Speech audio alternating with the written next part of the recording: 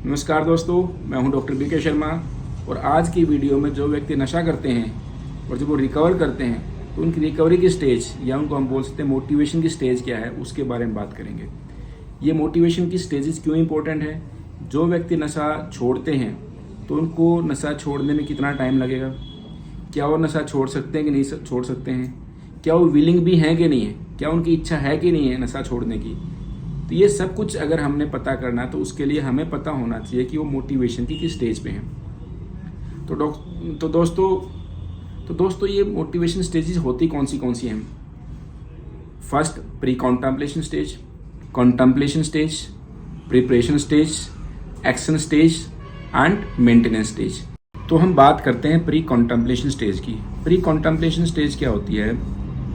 इसमें जो पेशेंट होता है वो कहीं ना कहीं मोटिवेट नहीं होता, उसकी कोई इच्छा नहीं होती नशा छोड़ने की, बिकॉज उसको इंसाइट ही नहीं होती। वो समझ नहीं पाता कि नशे से उसको क्या प्रॉब्लम हो रही है और किस तरह से नशे ने उसकी लाइफ को अस्त व्यस्त कर रखा है। बहुत ज़्यादा जस्टिफिकेशन करेगा अपनी एडिक्शन के लिए, अपने एडिक्शन के कारण होने वाले फ़ायदों को जस्टिफाई करने की कोशिश करेगा, ग्लोरीफाई करने की कोशिश करेगा कि देखो मेरे को नशा करने से ये बेनिफिट होता है, मैं रिलैक्स रहता हूँ, स्ट्रेस फ्री रहता हूँ, काम ज़्यादा कर पाता हूँ। ऐसे अपनी एडिक्शंस को वो प्रॉब्लम का कारण मानेगा ही नहीं, अपने हर बिहेवियर को जस्टिफाई करने की कोशिश करेगा, ब्लेमिंग के थ्रू, डिनाइल के थ्रू, ऐसे तैसे। किसी भी ट्रीटमेंट के लिए इस स्टेज में रहने वाला पेशेंट रेडी नहीं होएगा। इसका एक कारण ये भी हो सकता है कि मल्टीपल टाइम उसको एक ट्रीटमेंट से सक्सेस नहीं मिली होगी। बहुत बार जब भी उसने ट्रीटमेंट इधर उधर से लिया है वो ट्रीटमेंट हमेशा फेल ही रहा होगा। ये भी एक कारण हो सकता है कि वो इस प्रॉब्लम का सोल्यूशन मानता ही नहीं कि होगा भी है। उसको लगता है नहीं कि वो कभी ड्रग फ्री हो भी सकता है, उसकी रिकवरी हो भी सकती है। सेकंड कौन सी स्टेज है? वो है कॉन्टेम्पलेशन स्टेज। कॉन्टेम्पलेशन स्टेज में क्या होता है?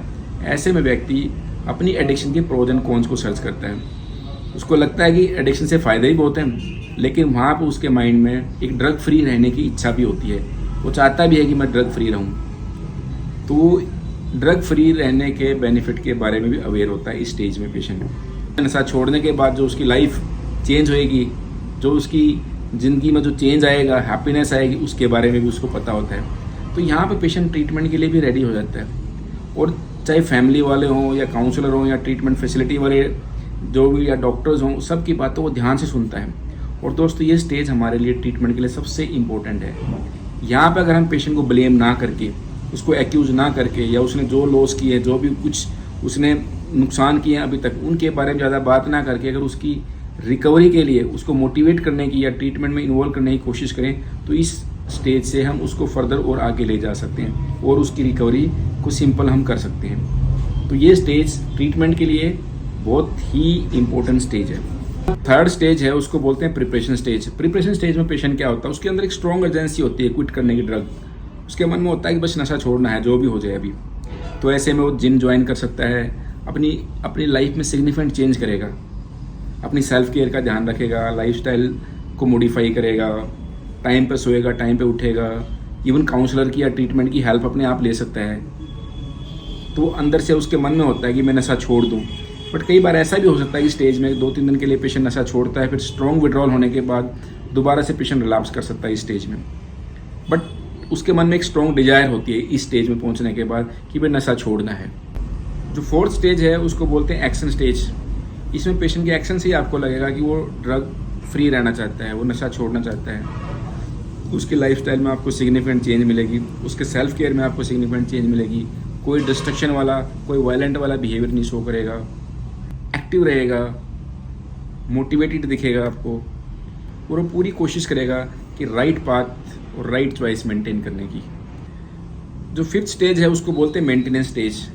मेंटेनेंस स्टेज कई बार लंबी चल सकती है, 6 मंथ to 5 ईयर भी चल सकती है। और इसमें पेशेंट पूरा कॉन्फिडेंट भी दिखेगा आपको, पूरी कोशिश करेगा कि छोड़े रखने की।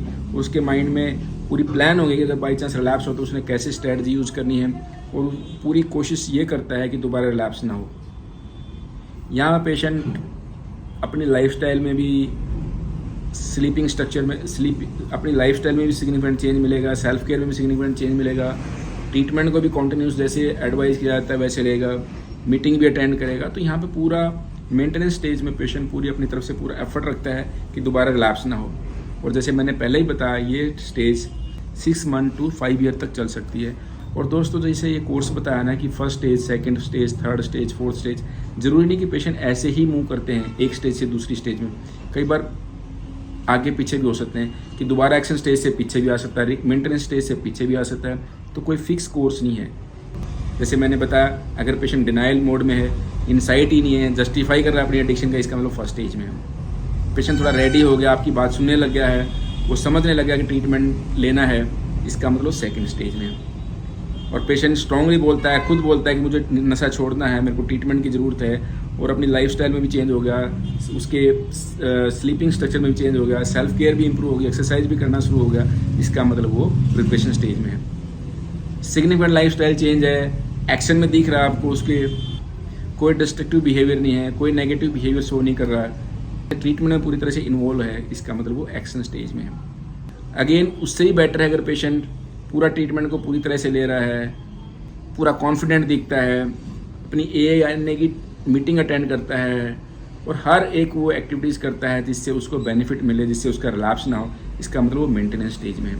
तो ये इस तरह से हम पेशेंट को असेस भी कर सकते हैं और एक आइडिया भी लगा सकते हैं कि पेशेंट को कितना टाइम लगेगा ठीक होने में, और क्या ये पेशेंट रिकवर करेगा या नहीं करेगा। तो मैं आशा करता हूँ कि इस वीडियो से आपको समझ में आया होगा कि अगर पेशेंट किस तरह से बात करता है, उसका क्या लाइफस्टाइल है, तो हम उसका कुछ आइडिया लगा सकते हैं कि वो किस स्टेज ऑफ मोटिवेशन में एट प्रेजेंट है। Thank you. जय हिंद।